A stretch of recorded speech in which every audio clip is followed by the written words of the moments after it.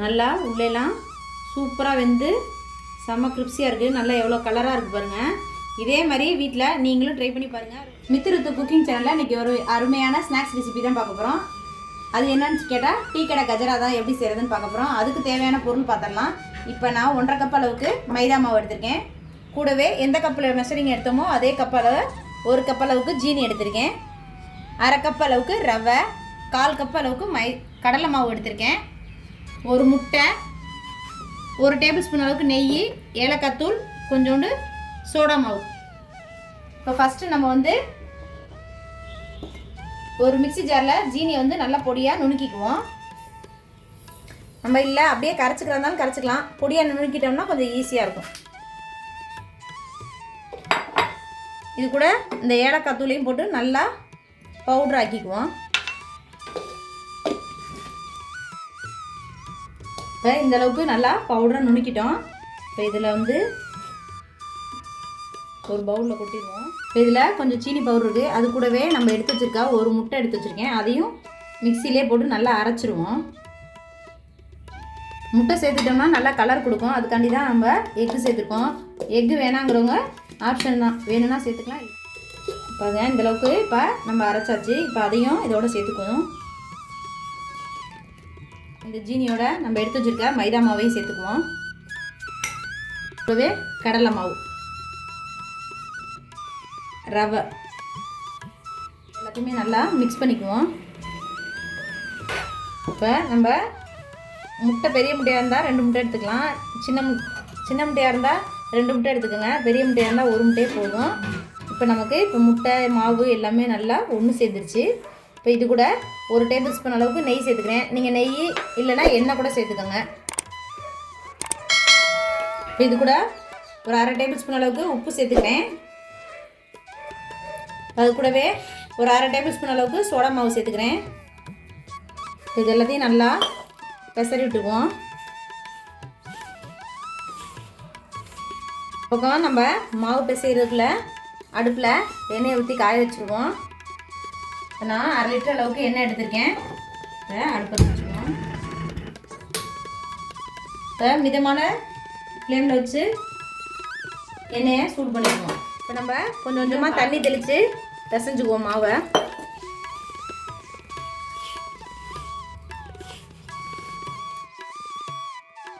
நம்ம தண்ணி கொஞ்சம் கொஞ்சமாக சேர்த்துக்கணும். ரொம்ப வேகமாக ஊற்றிடக்கூடாது. ஏற்கனவே ஜீனி போட்டுக்கனால கொஞ்சம் இலகி வரும்.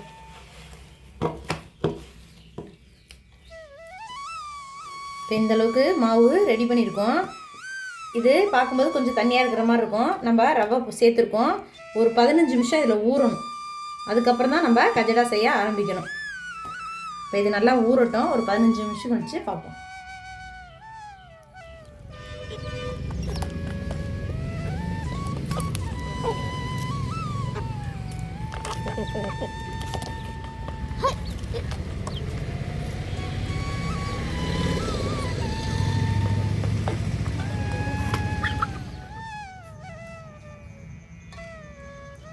இந்த மாதிரி கையில் எடுத்து சின்ன சின்ன உருண்டையாக உருட்டி, நமக்கு பெருசாக வேணுன்னா பெருசாக எடுத்துக்கணும். இல்லைனா சின்னதாக கூட எடுத்து இந்த மாதிரி உருட்டிட்டு இதை அப்படியே எண்ணெயில் போட்டுடணும். அடுப்பை மீடியமாக தான் வச்சுக்கணும்.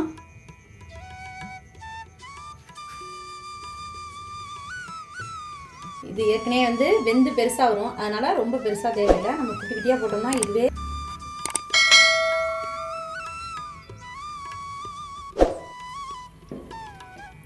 இப்போ வெந்ததுக்கப்புறம் அப்படியே அடியில் இருந்தது எல்லாமே மிதந்து வருது பாருங்கள். நல்லா வெந்துருச்சுன்னு சொன்னால் அப்படியே மேலால் மிதந்துடும். நம்ம போடும்போது சட்டியில் கீழே ஒட்டின மாதிரி இருக்கும். அப்புறம் அதுவாகவே வெந்து பிரிஞ்சு வந்துடும். இப்போ இதை நம்ம லைட்டாக இது மாதிரி ஒரு கம்பி வச்சு லைட்டாக திருப்பி விடணும். பாருங்கள், அப்படியே பூ மாதிரி நல்லா விரிஞ்சு வருது பாருங்கள். நல்லா வெந்துருச்சுன்னு சொன்னால் நல்லா விரிஞ்சு வரும். இப்போ நம்ம எதுவுமே கோடெல்லாம் போட்டு விரிச்சுடல, உருட்டி தான் போட்டோம். எப்படி நல்லா விரிஞ்சு வந்திருக்கு பாருங்கள்.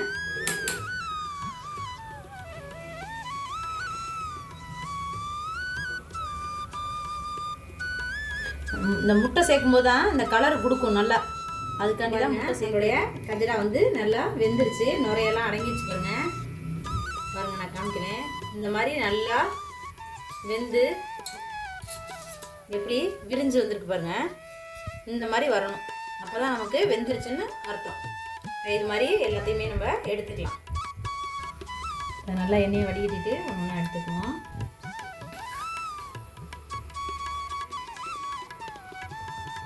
உருட்டி ஊற்றி இன்னொரு பேட்ச் போட்டுக்கணும்.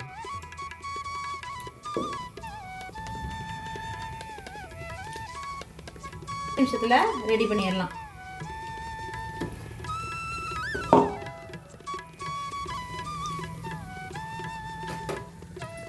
பாருங்க, நல்லா வெந்து அதுவாகவே மேலே மிதந்து வருது பாருங்க.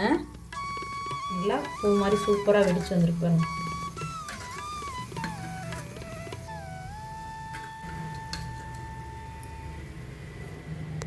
நம்மளுடைய சுவையான டீ கடை கஜடா ரெடி ஆயிடுச்சு. பாருங்கள் எவ்வளோ சூப்பராக நல்லா கிரிப்ஸியாக வந்திருக்கு. நான் இப்போ உடச்சி காமிக்கிறேன் பாருங்கள். நல்லா உள்ளெல்லாம் சூப்பராக வெந்து செம்ம கிரிப்ஸியாக இருக்குது. நல்லா எவ்வளோ கலராக இருக்குது பாருங்கள். இதே மாதிரி வீட்டில் நீங்களும் ட்ரை பண்ணி பாருங்கள். ரொம்பவே அருமையாக வரும். ரொம்பவே ஈஸியான முறையில் 10 நிமிஷத்தில் செஞ்சிடலாம். மித்துரத்து குக்கிங் சேனல் பிடிச்சிருந்தா லைக் பண்ணுங்கள், ஷேர் பண்ணுங்கள், மறக்காமல் சப்ஸ்கிரைப் பண்ணிடுங்க. தேங்க்யூ ஃபார் வாட்சிங்.